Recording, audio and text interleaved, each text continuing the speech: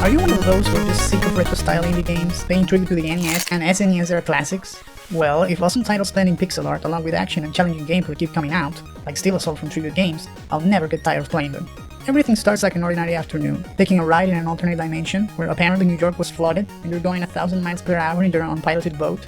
Suddenly but smoothly, some robots and jetpack carrying warriors show up and start showering you with bullets. Then casually, some dude flying a small Robotnik-style ship with spiky tentacles appears to rip you to shreds. To barely make it out alive, the boat goes crazy and blows up against the shore. So, just an average afternoon in Steel Assault then. Gameplay feels like Contra 3 and Castlevania had a baby, where enemies and bullets keep pouring in, but you can also whip them to death, or shoot electrified corn pops at them. Sure, you could also call it spread shot, but they look just like corn pops.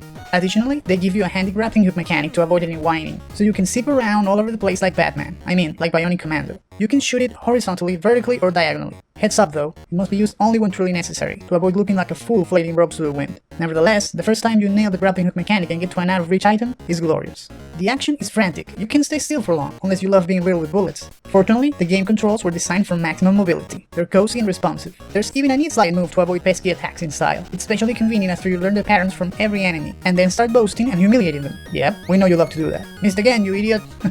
This game puts you to the test constantly. Just when you think you know it all, it comes up with a variant to keep you on your toes. You're already kicking the poor flamethrower's next butt? Now try beating it while a bunch of annoying jetpack goons gang up on you. You think you're the king of Times Square's planes? Here comes a sequence where you have to hang from an elevator/helicopter while ascending at full speed, continually shot by warrior-man missiles, and also being chased by hornet-looking ships that just won't stop shooting at you.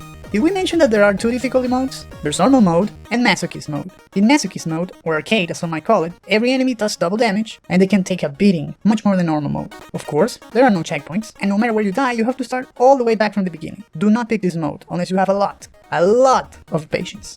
Best of all is that this is only a taste. Really, this is only the demo. Only thinking about what a full game could bring makes our heart race. If Blazing Chrome was one of your faves, and you're already tired of replaying every game from the Castlevania and Contra collections, put Steel Assault on your sights. How did you like this game snack? Are you willing to try it out? Grab a bite and let us know what you think. Bon appetit!